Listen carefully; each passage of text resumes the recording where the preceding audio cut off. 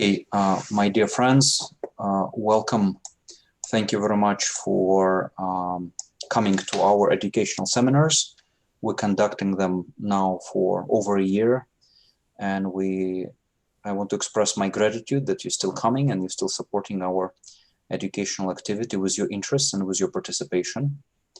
We're offering lectures in English on Sundays and also in Russian on Mondays and Thursdays. Announcements about the upcoming lectures are published on my Facebook page. All of our lectures are recorded and then posted on YouTube on the channel with my name, which is Ilya Gatlinsky, so please check us out. We have a lot of interesting material available from the world-renowned class specialists on a variety of subjects and field of biblical studies, archaeology, art, etc. Today, it's my distinct pleasure to introduce to you Dr. Silvana Blazevska, the chief archaeologist, the archaeological site in Stobi. It's the Republic of Northern Macedonia. And today we're going to hear about the excavations, Christian and artistic legacy of that very important at one time site and magnificent Episcopal Basilica that was excavated there. And Silvana is going to share information about mosaics, frescoes, and archaeological and preservation process. So again, thank you very much for being here. Dr. Blazevska, thank you so much for being here with us. Thank you for your time. I know it's getting late in Macedonia. I appreciate you coming so late, accommodating our timetable. Thank you. And here's microphone and presentation to you. Dear guests, if you have some questions, please send them in chat, or at the end of the presentation, we're going to turn your microphones on. For now, all the microphones are muted so that the presentation is not going to be unintentionally interrupted. Thank you. Good afternoon to everybody from Skopje. Although on this side of the Atlantic is 9 p.m. and it's already good evening. Reverend Gatlinsky, thank you so much for inviting me to present the Christian legacy at the ancient city of Stobi. I hope your audience will find it useful and interesting. And I really regret that you couldn't visit the site as you planned because the experience is quite different. And I hope that situation with the terrible pandemic will end soon and you will be able to visit the site in the near future. Before we go into the topic of Christianity at Stobi, I would like you to briefly introduce you to the site, to its history, the history of discovery, and the most important buildings discovered so far. Archaeological site of Stobi is one of the largest and best preserved Roman and late antique city in the Republic of North Macedonia. It is located right in the center of the country, at the confluence of two large rivers, River Crna, with an ancient name Erigon or Black River, and River Vardar, with the ancient name of Axios. It's right at the 85 kilometers from the capital city of Skopje and exactly the same distance from the Greek border. The whole region around Stobi, it's called Tikves region, and it's especially famous by the viticulture and the numerous wine cellars that are really successful in developing the wine tourism. The site was discovered in the mid-19th century by two scholars, French historian and archaeologist Leon Eze and Austrian philologist and diplomat von Hahn. The first excavations started 100 years ago and they are still ongoing. German officers of the German and Austrian armies settled at Stobi in 1916, revealed remains of three early Christian churches. In the following period, excavation, conservation, and presentation of the site was under jurisdiction of many institutions, museums, and scholars. Between the both world wars, National Museum of Belgrade excavated most of the today known buildings at Stobi. After the Second World War, until 2008, Archaeological Museum of Skopje, Veles Museum, Antiquity Authority of the country performed many excavation and conservation processes at the site. I would like to especially emphasize one very important project that took part in 1970s. It was a joint Yugoslav-American project conducted by Professor James Weissman from the Boston University. In 2008, government decided to establish a new institution, National Institution Stobi, with the main goal to take care of the site of every possible aspect, and that institution is functioning at the site until today. Let me briefly introduce you to the history of the site. The chronology is between the 2nd century BC and late 6th or early 7th century AD. Roman historian Titus Livius recorded Stobi as Urbs Vetus, Old City. And he is discussing about the event that took place in the early 2nd century BC when the Macedonian king Philip V defeated Dardanians near the old city of Stobi. When the Romans conquered Macedonia and divided the country into 4 regions, Stobi entered the 4th region, or so-called Maris, and became a major trade center for salt. During the time of Augustus, Plinius listed the city, as Oppidum Civium Romanorum, meaning that in the town there must be citizens, Roman citizens, who enjoyed ius Italicum, besides the local population, Jewish community, and other foreigners. Imperial mint was established at the city between the time of Vespasian and the Emperor Caracalla. But the prosperity of the city was interrupted by the intrusion of the Gothic and Herulic tribes in the AD 267 or 269, and also by a devastating earthquake that damaged most of the buildings in the city, which occurred around AD 300. But in that period, actually, these events, along with the general crisis in the Roman Empire, caused the decline of the prosperity of the city. The gradual transition toward the late antique city occurred during the 4th century, which was problematic of many aspects. Many rebuildings occurred at the town, but also have in mind that the whole 4th century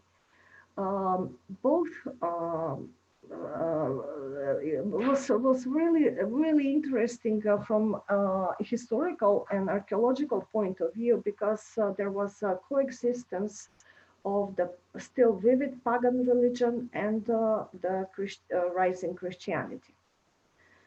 Stobi became a bishop see early in the 4th century. Emperor Theodosius, we know that for sure, visited Stobi in AD 388 and issued 2 edicts from there.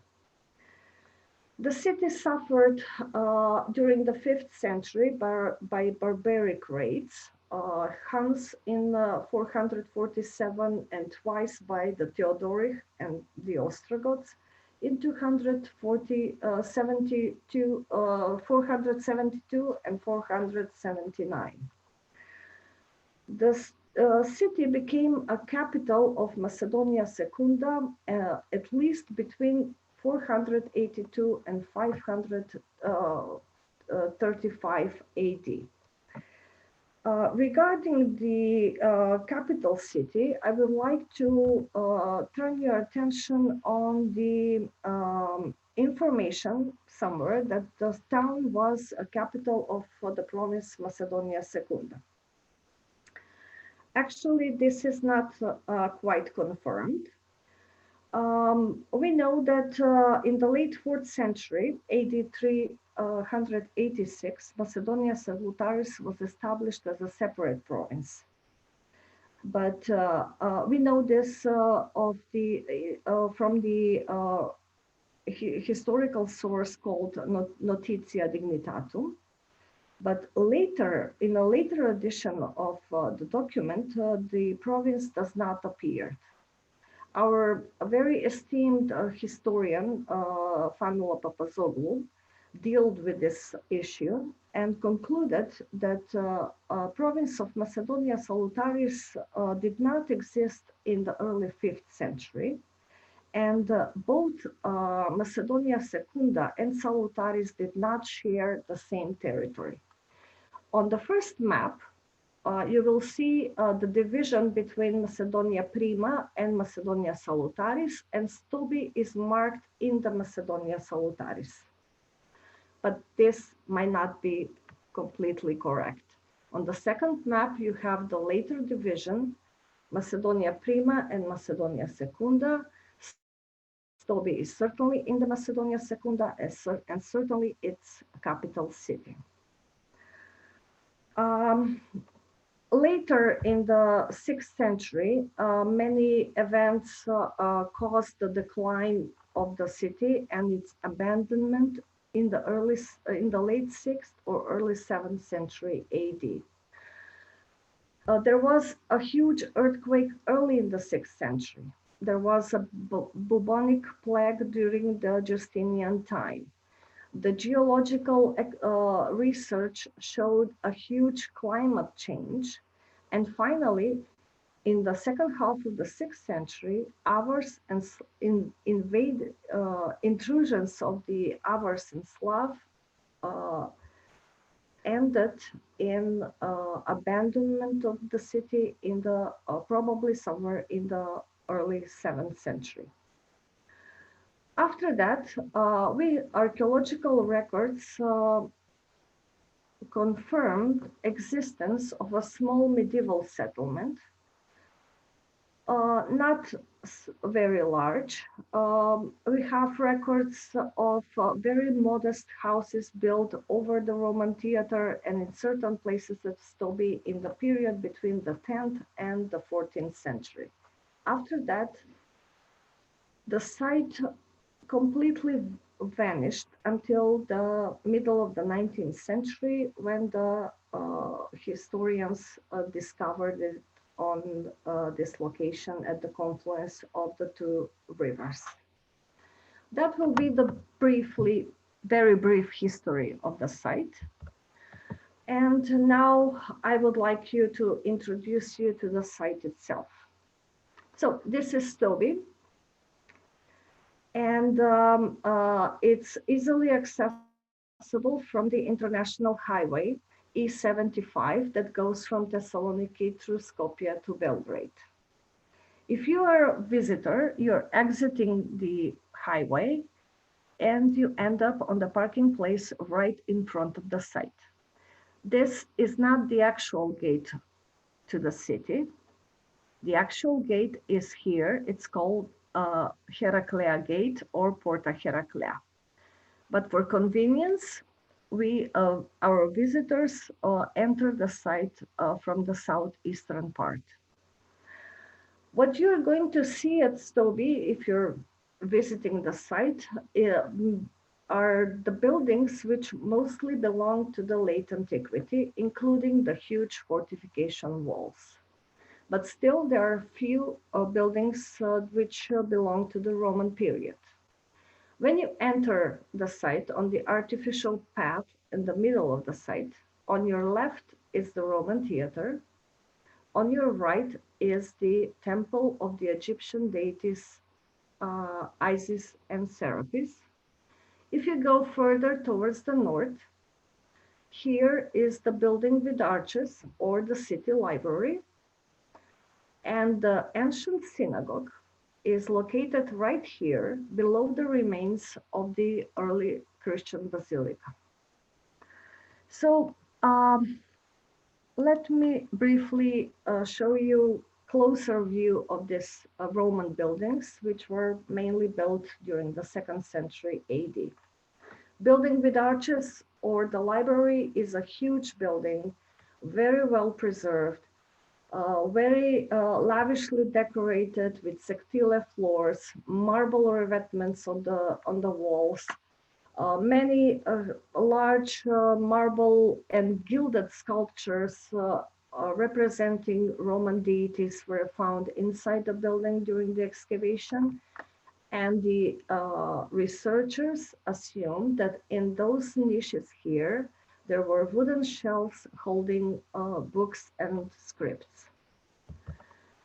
Next Roman building is the Roman theater, built also in the 2nd century AD, planned from the very beginning to host a performance of various types of performances, including theater plays, mime, pantomime, but also gladiator fights and fights with animals. Here in the upper corner, you see an inscription.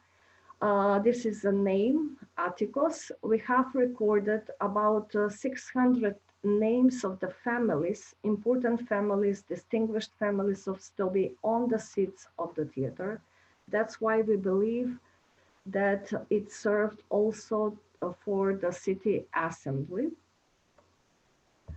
The next building of the Roman period is the Temple of Isis and Sarapis. Is the typical Roman temple, but this is the huge statue of Isis that we found in front of the temple, confirming its dedication. And what is peculiar about this temple is the subterranean rooms, which serve for some kind of initiation cult into the mystery cults of Isis, but we have not enough element for further discussion about this topic. Maybe the next excavation will give us more information. The ancient synagogue is located below the remains of the early Christian basilica. Actually, this is not typical synagogue. It's a part of a house, and that house belonged to the rabbi called Claudius Tiberius Polycharmos, who donated part of his house to serve for religious purposes of the Jewish community. This is a column found reused in the later basilica, where Polycharmos left us information about his donation to the Jewish community and the synagogue. And in the lower corner, you can see some of the mosaics which decorated the synagogue. Let us now go back to the late antique buildings of Stobi. If you enter the actual main gate, Porta Heraclea, you're entering to the core of the city in the late antiquity. Unlike the early Roman period, where the core of the city was on the lower terrace, the late antique city, the center of the late antique city was transferred on the upper terraces.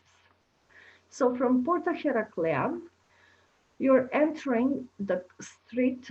This is the actual street at the ancient city called Via Sacra, or the Sacred Street. It was actually the main, this part was actually the main commercial center at Stobi. Along the colonnaded street, there were many shops and workshops.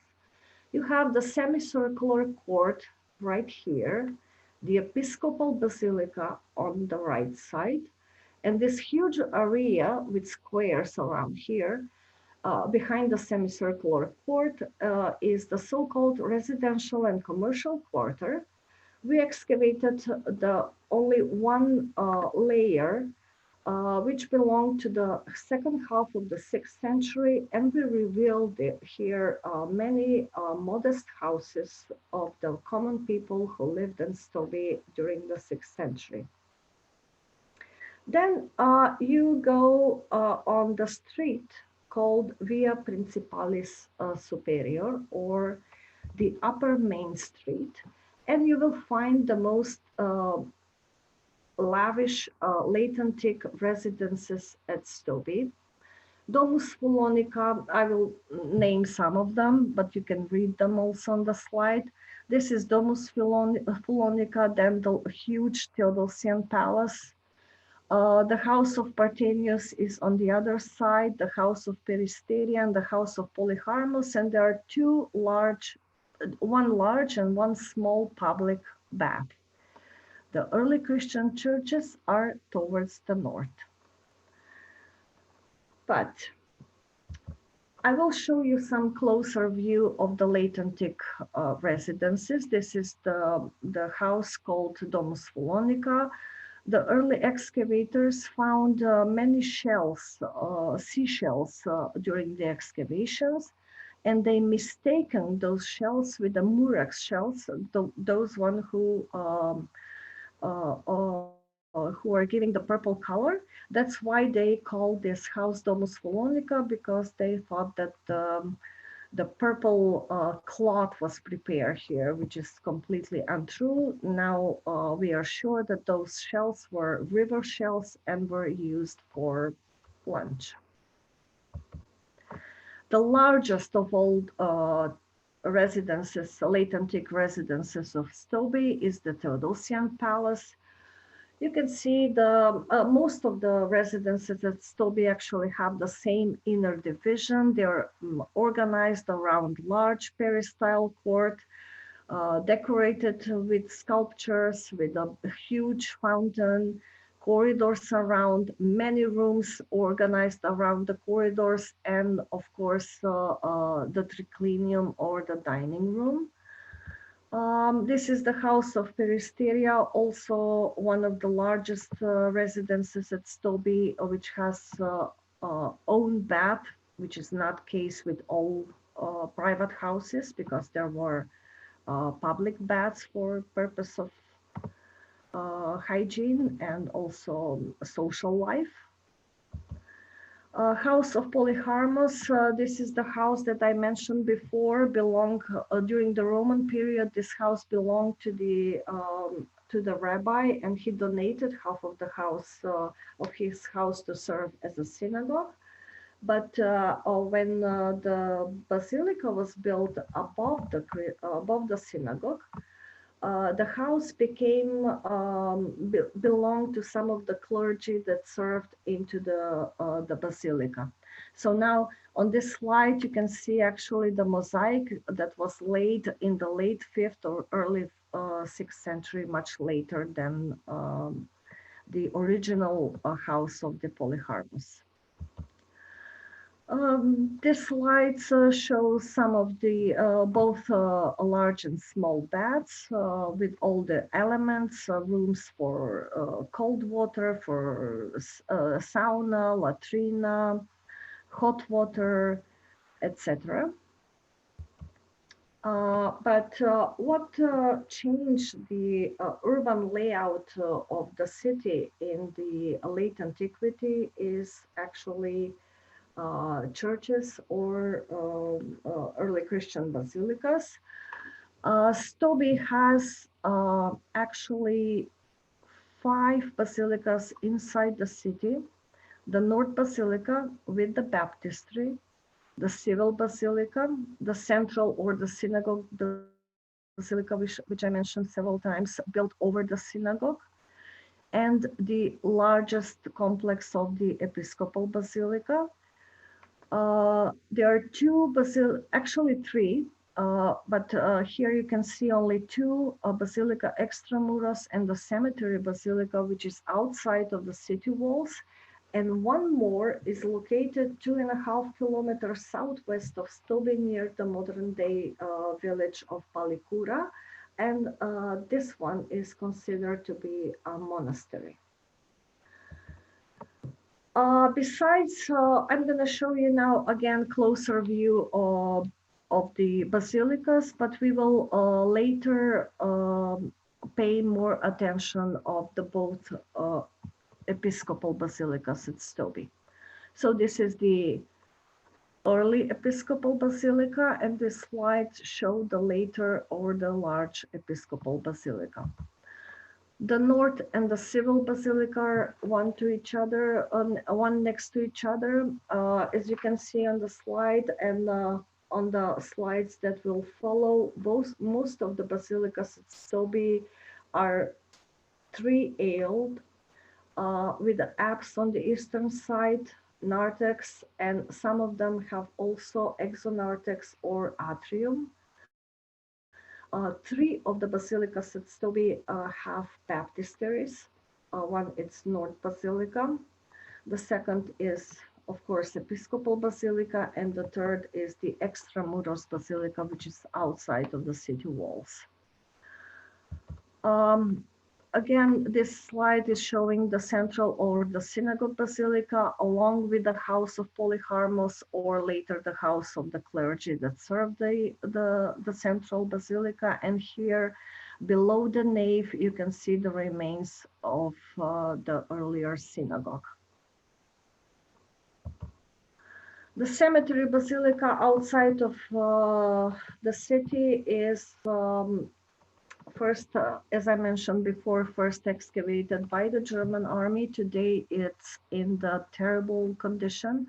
It's our jurisdiction for conservation, so we are waiting for the National Conservation Center to take some activities regarding the preservation. All these squares on the plan here are actually graves and tombs built below the floor of the basilica. And here on the slide, you can see the largest and best preserved tomb, which is below, right here. Basilica Extramuros, it's the second basilica outside of the city. You can see here, it's also the nave of this basilica is paved with beautiful mosaic. Let's now discuss about the early Christianity before the officializing of the Christian religion in the early 4th century, and before Stobi became a bishop see. Although it was widespread in the Roman Empire, the written or material evidence for the early Christians or their activities at Stobi before the 4th century is really scarce. The earliest information about the Christianity in the province of Macedonia is related with the Apostle Paul and his missionary activity among Jewish community in Thessalonica, Philippi, and Beroea. The existing Jewish community in Stobi, and the information in Paul's epistles for the Romans that he spread the Christian faith to the borders of Illyricum, led some authors to speculate that Paul maybe traveled north to Stobi or to the west to Lychnidos along Via Egnatia, but none of these informations are confirmed. The second information about early Christianity at Stobi is usually connected with the theater or amphitheater, because these buildings were planned for, at least Stobi Theater from the very beginning was planned for and adapted for mixed program, meaning gladiator fights, fights with animals, theater plays, but some, as I mentioned before, on the seats there are many inscriptions of the families from Stobi. And among those inscriptions, I'm sorry, I don't have the slide with the inscriptions. Professor Weissman records the first Christian families of Stobi. Sorry. He found the names of Gaius and Petrus and inscribed crosses, and we are waiting for Professor Weissman to publish the inscription of the theater, so uh, we will have more information regarding this, regarding his conclusions. The other thing about Christianity before the 4th century at Stobi were archaeological excavations during below the nave of the early church. Actually, the excavation below the floor, below the mosaic floor in the early church was performed by our esteemed academician Blaga Alexova in the 1980s. You can see on the slide many walls discovered below the wall, below the floor, but she thinks that here we have a building dated in the 3rd and early 4th century, a large public assembly hall for which she believed that served as a congregation house. Actually, she named this part of the building as Domus Ecclesiae. She also tried to confirm her theory with the closeness of the theater, where she believed that many Christians died as martyrs. That's why she, besides the Domus Ecclesiae in the area below the nave of the early church, she believes that somewhere around is the area martyrium, or maybe martyr relics were buried nearby. That's why she thought that the earliest Christian basilica at Stobi was built right here behind the theater. Other excavators does not agree with her theory. The excavation during the 70s and even later, 80s, and even today, we continue excavating below the level of the floor of the early church, confirm existence of many buildings dating from the 3rd and 4th century. This is building A on this plan is actually the early church, so we will avoid that. This is part of building named Building B, which existed in the 3rd and 4th century. Here we have Building E, which was actually a public bath that served perfectly for the later Baptisterium. Building D on the corner, and Building F marks the remains of Blaga Alexova's Domus Fulonica. But on the northern side of the Episcopal Basilica, there is another building which is named Episcopal Residence.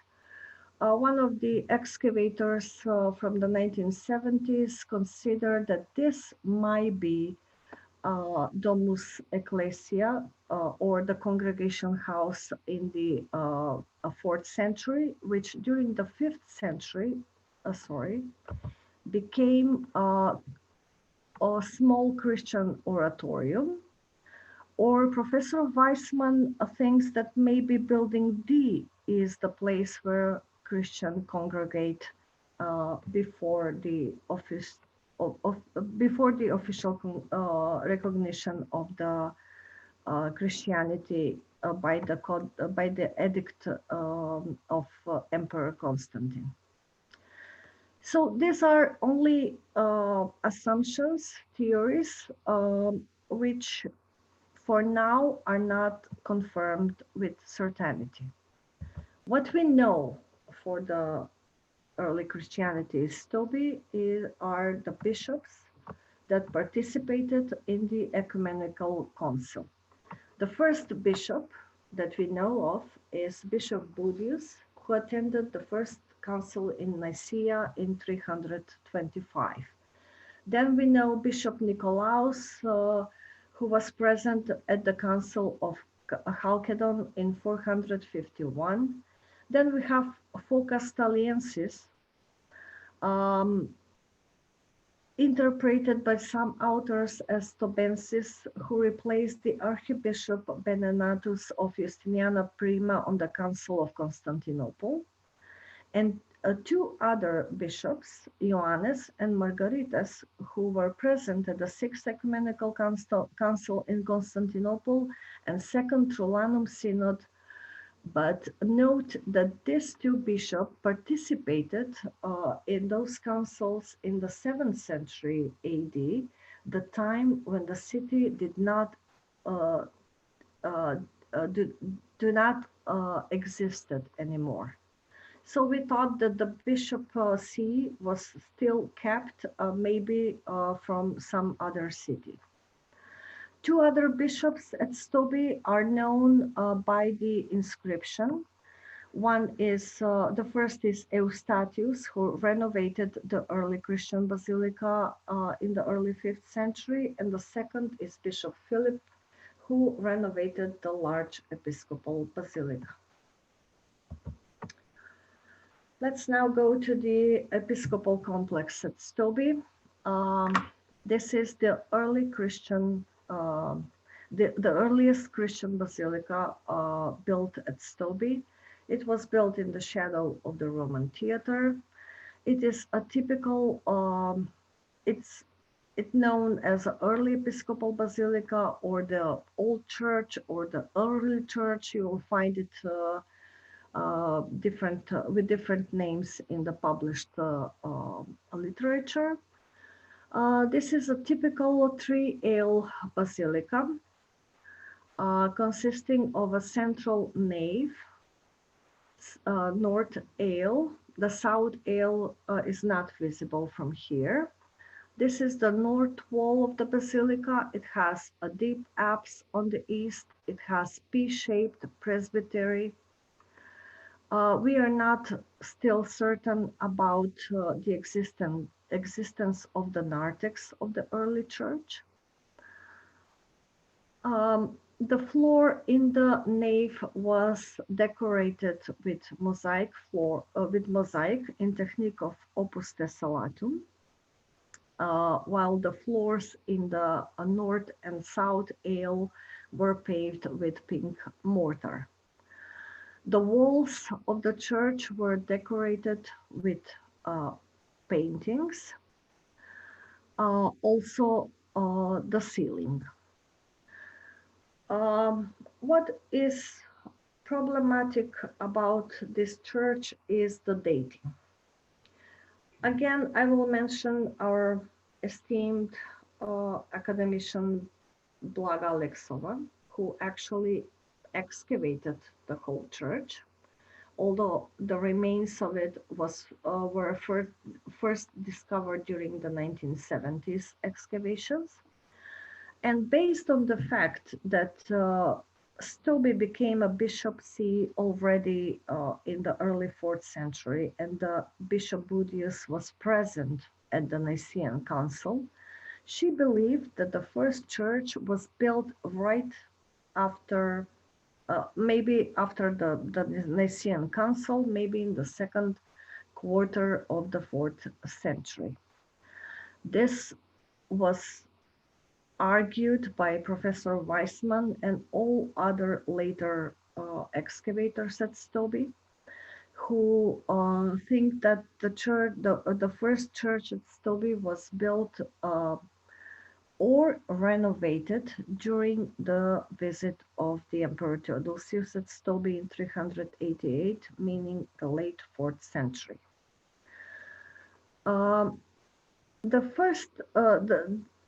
The nave and the aisle were separated with a colonnade. Only the northern colonnade survived. You can see it here, while the south colonnade was destroyed by building the foundation of the walls of the later Episcopal Basilica. you can notice all these bases for columns that separated the nave and the aisle are reused elements of the earlier buildings. Due to probably later in the 4th or early 5th century, Bishop Eustathius renovated the church by extending it towards the east. So this is the new part that was built by Bishop Eustathius.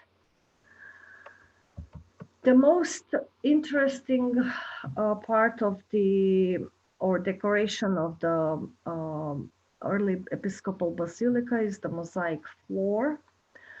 This is the mosaic floor which was placed during the first phase of the church. You can see various different panels, different in size, mainly decorated with geometrical and floral motifs. And the researchers believe that they are different because they were donation by different donors. This part actually is the addition of the new mosaic floor laid by Bishop Eustathius. We have two very interesting moments in the mosaic. There are two panels on the western part. The first one has the initials of Jesus Christ, Theos, Eos, Soter, and the cross. And the second, there is an inscription of a prayer within a medallion, reading, I believe you can read the translation, so I don't have to read it. And this part is from the second phase where when Bishop Eustathius extended and renovated and of course embellished the church with a new mosaic floor. Above the cantorus and the wine, there is an inscription that confirms his renovation, saying that the Holy Church of God was reconstructed when Bishop was the holiest Eustathius. The rarity of the early church are the wall paintings or frescoes preserved on the northern, eastern, and the southern wall. This slide shows the frescoes on the southern wall. This part was excavated in the 70s, and you can see it's in terrible condition because they were left on the open air inside the basilica until 2010, when we did the conservation with the funds of the Ambassador Fund for Cultural Heritage Preservation of the Embassy of the United States in Skopje. These two panels were newly discovered. You can see the bright colors. Actually, this is the decoration of the lower zone of the walls, which is the only decoration which is well preserved. The upper zones, the frescoes of the upper zones and the ceiling were found on the floor in a terrible condition. We have only fragments. So the decoration of the early church actually is very similar to the decoration of the private houses during the Roman period. It imitates marble revetments. These marble revetments with geometrical motifs were separated by painted pilasters with Ionic and Corinthian capitals. Then this is the fragment of the decoration on the north wall. This part of the fresco decoration was removed from the wall in 2001. That's why it was kept for a long time in the storage area with very improper condition. That's why the colors are very badly preserved. The whole northern wall has the same decoration as the southern wall in the lower zone, but here in the there are fragments of the upper parts of the decoration still preserved on the wall. And what is interesting, I believe here you can see the lower part of the figure, the legs, and on the one and the other side, you can see two lions. So the art historians who worked on the topic identified this scene as a prophet Daniel in lion's den. The eastern wall of the church has a very interesting decoration preserved. Actually, there are two interpretations of this painting. In the middle, you can see the central composition, which has two lamps. And in the middle, according Blaga Alexova, is the Good Shepherd. According some others, art historians, is the baptismal font. And the most peculiar decoration that we found in the early church belongs to the west pilaster. You can, this upper part, this is the upper zone of the west pilaster. And I think you can see the, sorry, you can see the peculiar drawing of rats or rodents. Here is the central one, and few other smaller are presented in the corners. For now, we have no any analogies to this composition anywhere in the world, and no proper interpretation. The other, this part, this slide, the upper corner slide here shows the actually a reconstruction of the decoration on the ceiling. And this is a small fragment on the ceiling fresco with a wreath with a cross in it, alpha and omega, typical early Christian symbols.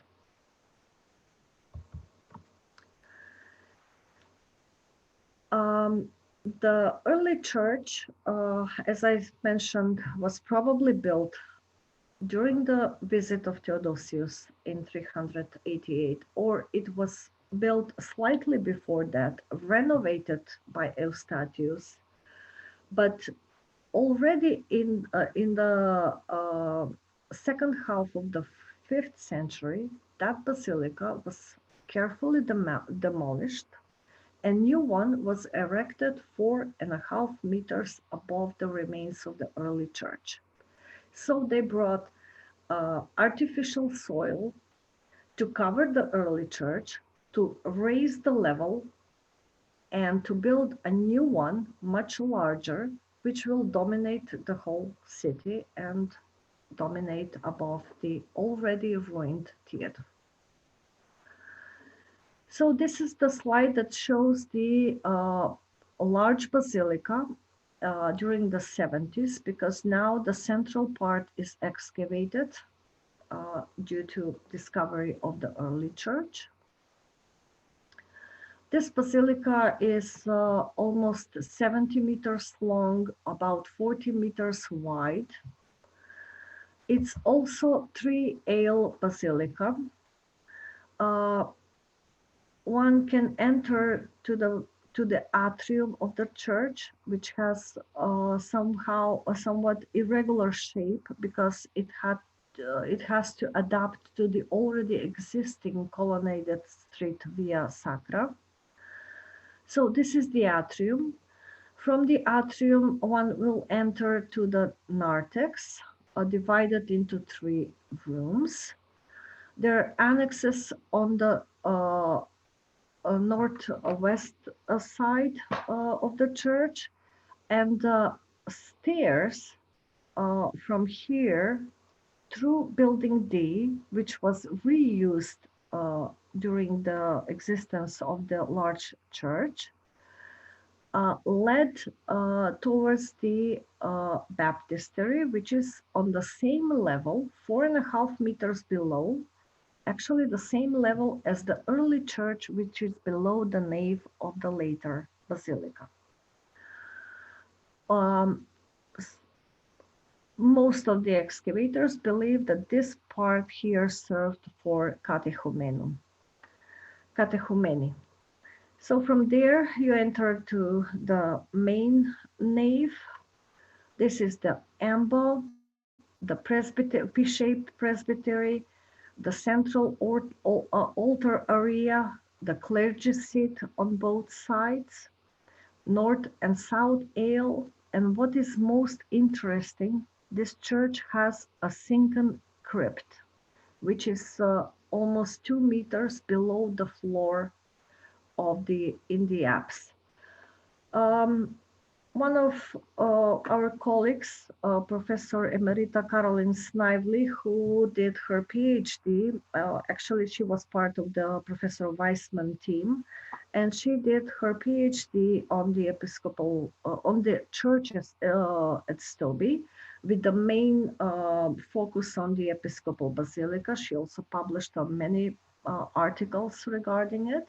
Believes that here in this part, the relict crypt was placed, and people can enter from the north aisle behind the clergy seat, go down in the ambulatory, see the or whatever they were doing, venerating the remains of the martyrs or relics, and go out in the south aisle.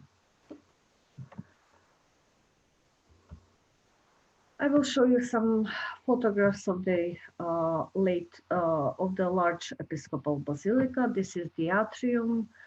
Many fragments of the architectural decoration are still here. This is the mosaic. The mosaic that decorates the narthex. It was finally preserved and conserved in the 2016. So now it's open for visitors. This is the closer view of the crypt. And some of the magnificent capitals and architectural decoration discovered at Stobi. Sorry, the huge capitals decorated with peacocks, with ram heads, now unfortunately cannot be seen at the site because they're kept in the Belgrade Museum. And this Milian capital, actually, it stood on the window on the apsidal wall, was discovered during the excavation in 2010, and you can see on the one side it's decorated with painting of the cross, alpha, omega, and peacock, and all the red color was actually covered with a thin golden sheet. So the Episcopal Basilica was really, really lavishly decorated a church, not just with a floor mosaic, but also with gilded a wall mosaic, with a gilded architectural decoration, with frescoes in the narthex, Unfortunately, also those fragments of the frescoes in the narthex were not preserved, or preserved in a very small fragments. Some of them are still kept in the Belgrade Museum. One of the most beautiful, interesting mosaic is in the Baptistery. The Baptistery of the Episcopal Basilica actually is built in the late 5th century, the same time when the large basilica was built. But the excavation below the floor in the baptismal font during the 70s showed the remains of the early baptismal font that might be connected to the early church. But for now, we don't have evidence for that. The baptistry has a quadrifoil shape. There is a huge baptismal font in the middle with niches. It is believed that in the first phase, the baptistry was covered with a dome roof. In the second phase, it has a flat roof. The water, here in the center, you can see the fountain from where the water came. They, as I mentioned before, there is a earlier bath discovered beneath the remains of the baptistry, so the whole water system used for the bath was reused actually for the baptistry later. This is the reconstruction of the baptistry by an architect who worked in the Yugoslav American project during the 70s. He believed that the columns discovered inside the baptistry were arranged on this way, and they hold a baldacchino on the top. And in the during the 6th century, the pool went out of use, and for baptism, this magnificent marble contrast made, actually it's a Roman made, it dates in the 2nd century AD, but it was reused in the baptistry, made of Athenian Pantelic marble, was placed right here. I'm going to show you now the reconstruction. This is the after the conservation of the mosaic floor and the anastylosis of the marble elements that hold the baldacchino. The mosaic floor in the baptistry is one of the famous mosaics at Stobi. It represents the usual Christian iconography, the 41st Psalm of David, with peacocks flanking the cantharos, which represents actually the living water. These are some of the frescoes that were discovered fallen on the floor in the baptistry that stood in the conch above the baldacchino. Not many scenes can be reconstructed, but here we found the first images of saints, first images of Christological themes. For this one, there is a professor at the Skopje University that identified the scene as healing of the deaf or mute man in Jerusalem by Christ. She identified the Christ with this image because of the golden halo around the head. Usually, episcopal basilicas are closely related to the residences of the bishops, which were usually near the churches. The earlier excavators thought that this building here, which is right north to the Episcopal Basilica, is actually the bishop residence. Architect Hammonds, who worked during the 70s project and published, actually he defended the PhD on the late antique residences of Stobi, unfortunately not yet published, thought that this was not a bishop residence, but perhaps in the early phase congregation house, and later during the 5th and 6th century and oratorio. But another residence, which was first discovered during the 1920s and was named Casino because the early excavators discovered many dices within the building, lately was interpreted as a episcopal residence, and we think that this identification is quite correct. This building is located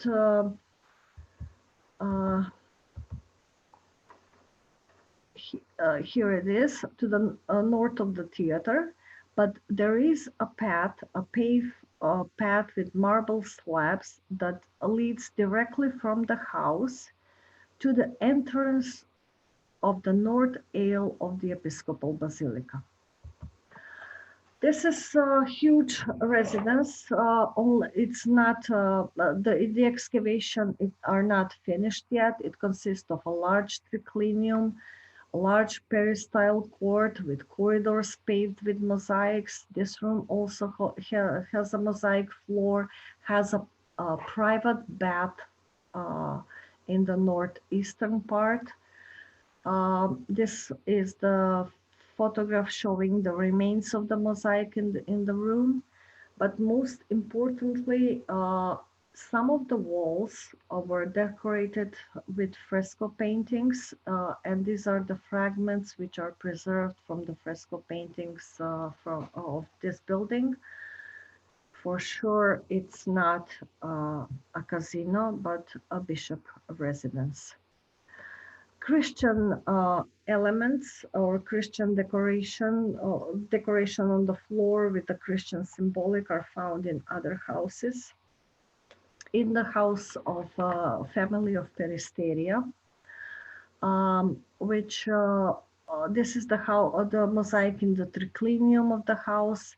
We have the names of the families written in inscription in the mosaic right here and here. The mosaic was laid probably during the 5th century, but this panel here was added during the 6th century and represents again eschatological theme. 2 deers flanking the cantharos with a wine tree growing out of the cantharos.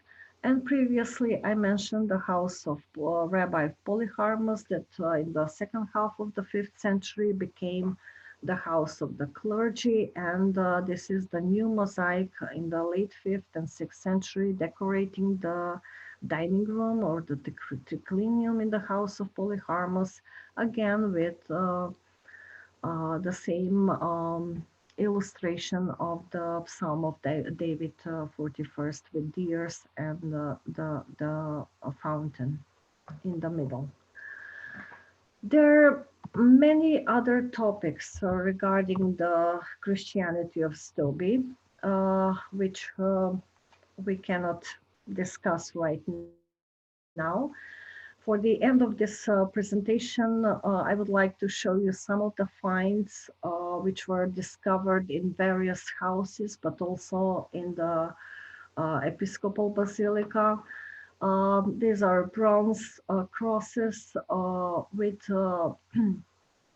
circles that hold glass lamps and served for lighting inside the church, but also in the private houses. This cross was also found in the casino or the actual bishop residence, preserving inscription.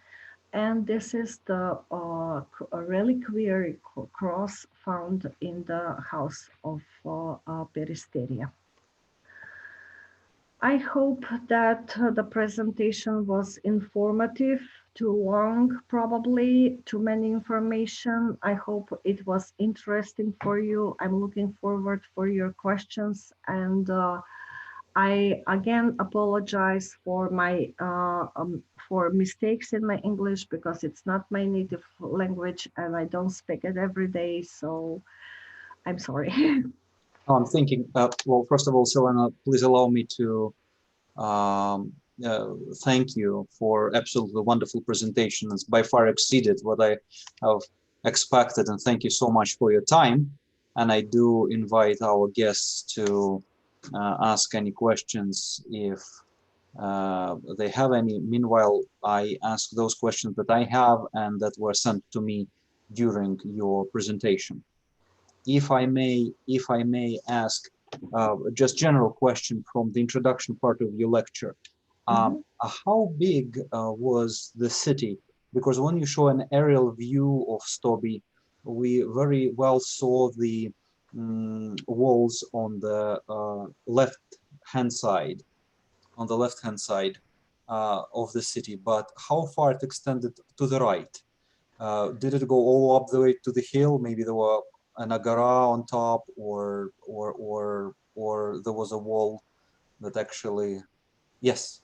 Thank you. Okay, this is the photograph, and this is the late antique fortification from the northwest, southwest, southeast. And this is the border of the city, even in the Roman period from this side. But in the early Roman period, the city extended right next along the Cerna River. This green line here is the river Cerna. The green line here is the river Vardar. So the early city extended to Vardar and to Cerna.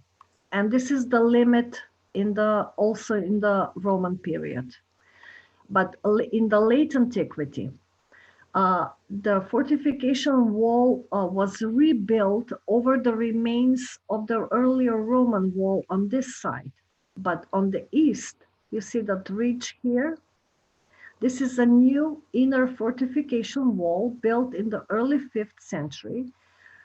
And because of that, the city territory was was a little bit shorter than in the early period. In the early Roman period, it occupies almost 20 hectares.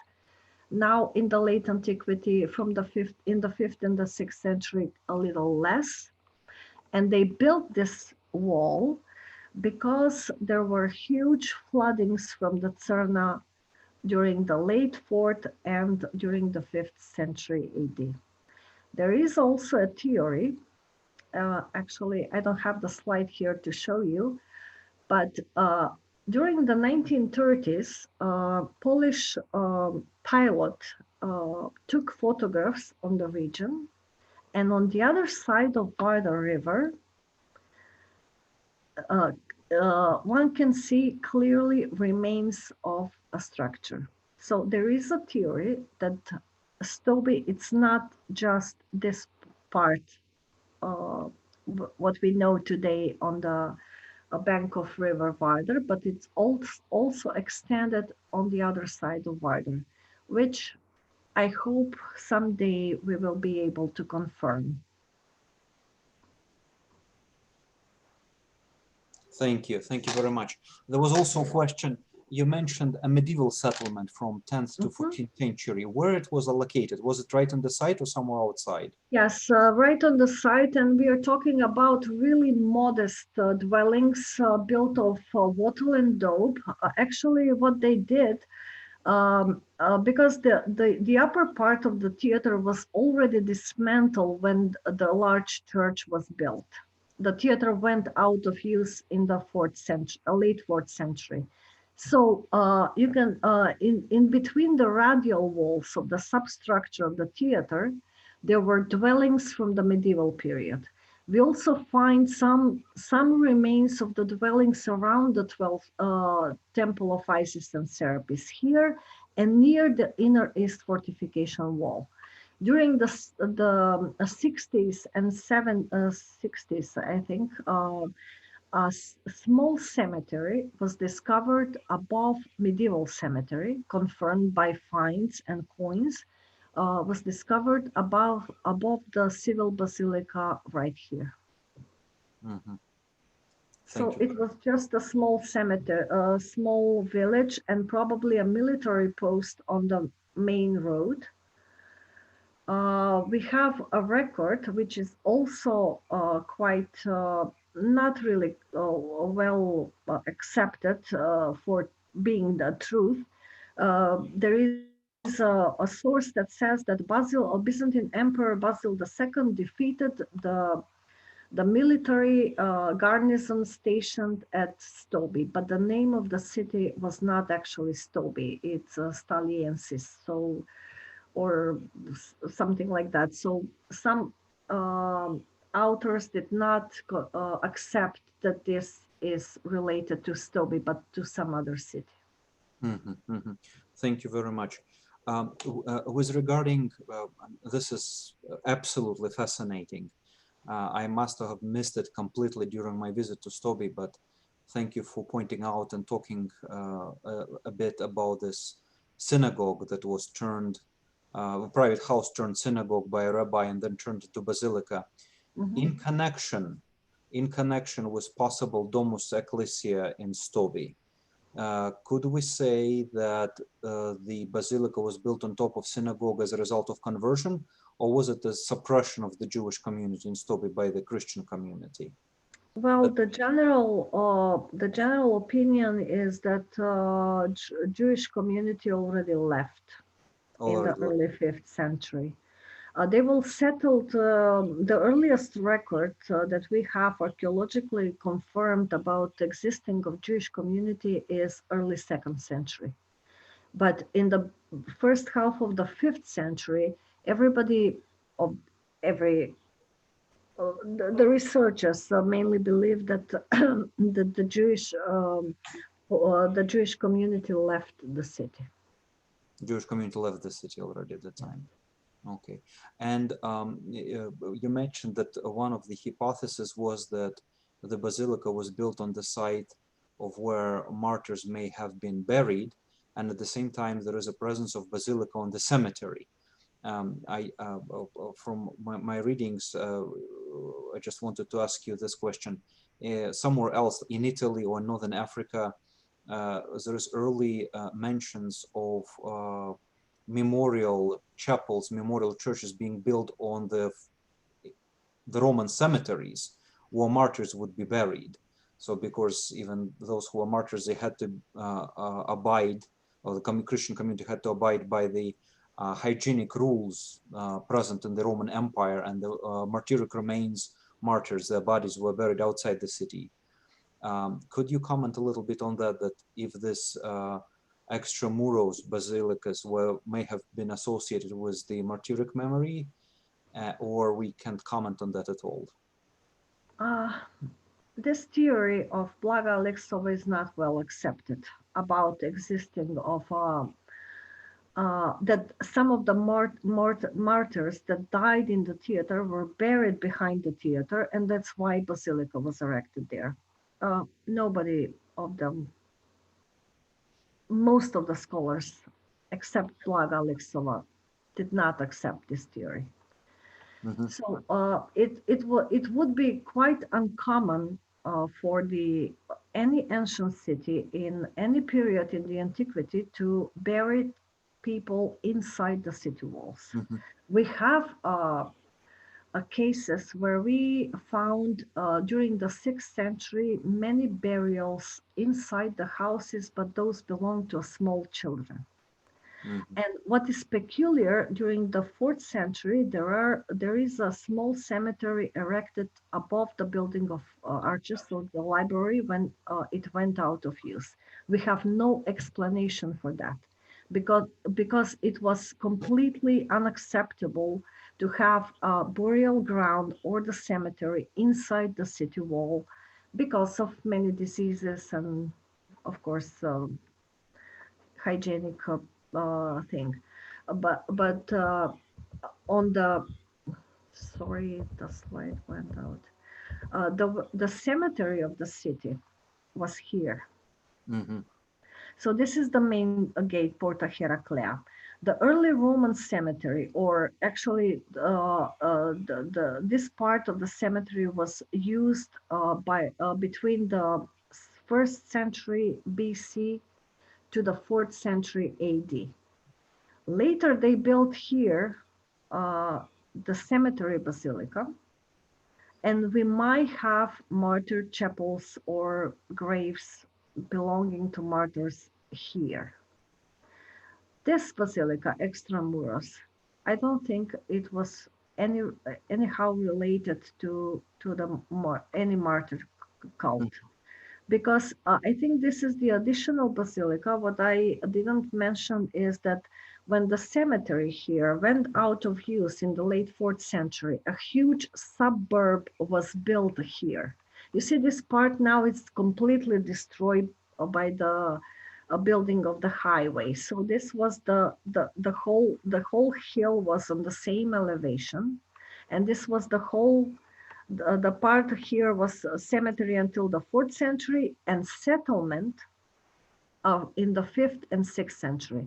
So this basilica mainly served for these people because it has a baptistery, served for the population who lived near the city walls of Stobi during the 5th and 6th century.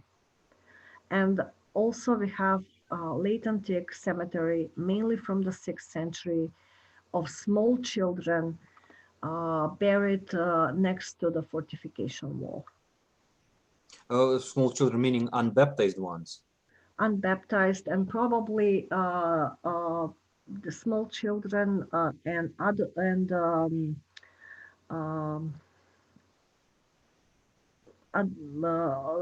older children. What was the word in English? Sorry.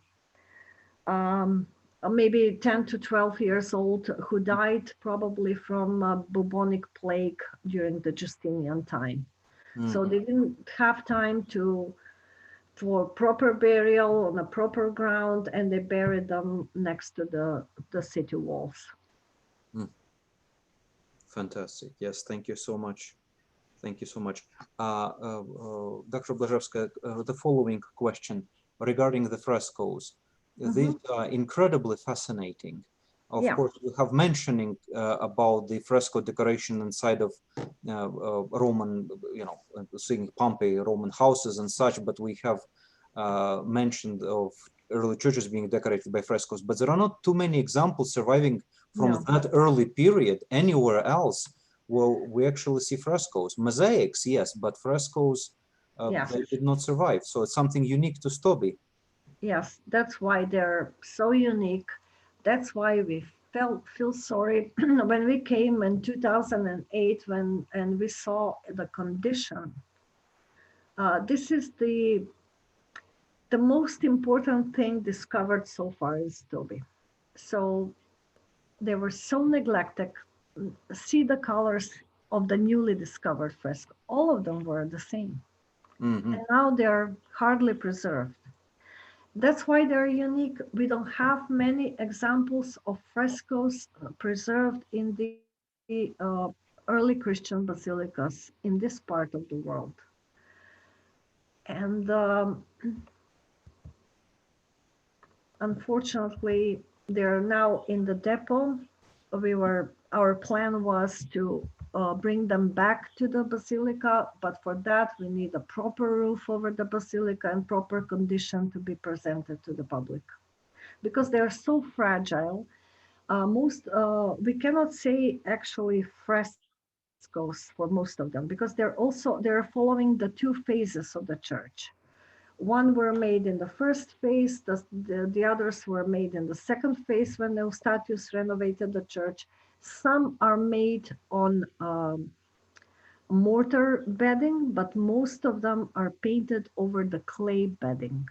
That's why they're so fragile and so hard to preserve. And assumption is that everything that was there to found to date has been found. So they are not likely to be hiding somewhere else. No. So that's all that there is. And fragments like this from the ceiling, we have thousands and thousands of boxes full with the fragments. So that will be a lifetime work for a conservator who wants to deal with them and maybe assemble something more than we have. Fantastic. This is absolutely phenomenal. Well, dear friends, if you have any questions, please either raise your hand in chat or send it to me. If not, I want to thank Dr. Blazevska for absolutely amazing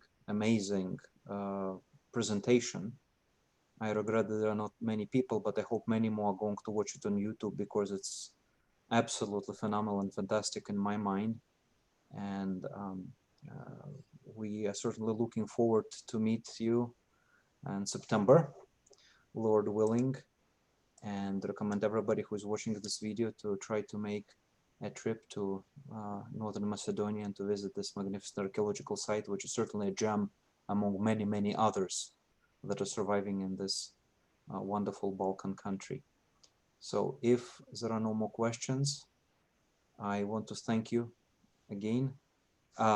Here a question come. Any connection of Stobi with Justinian the Great? Not directly. Not directly. No. Mm-hmm. With Theodosius, yes. We Theodosius the second. Have information that Emperor Theodosius visited Stobi, but there are no direct relations to Justinian. Mm-hmm. Okay. So Georgia here, he is your neighbor, he is from Niš. Mm-hmm. So we get acquainted via Facebook and now keeping in touch very regularly. But thank you so much. Thank you so much for your time. Thank you for wonderful presentation. And again, the best of health to all of our listeners. Please come again. Next Sunday, we'll be talking about the history of Russian iconography with iconographer from St. Petersburg, Philip Davidov. But on May 23rd, we're going to talk with Professor Dr. David Petz of University of Durham on the excavation of the monastery, Anglo-Saxon monastery in Lindisfarne, the first monastery destroyed by the Vikings. In fact, the destruction of Lindisfarne monastery inaugurated the coming of the Viking Age into Europe. So we thank you again, all of you, for your presence, for your time, for your interest, and Dr. Silvana Blazevska for her wonderful presentation. And thank you, and God bless all, and be well. Thank you again for the invitation, and I'm waiting to see you at Stobi. Believe me, it will be a completely different experience than seeing the site on the photographs. Yes, I'm looking forward to coming with totally different set of eyes. Thank you. Thank you so much. Welcome. Bye-bye. Bye.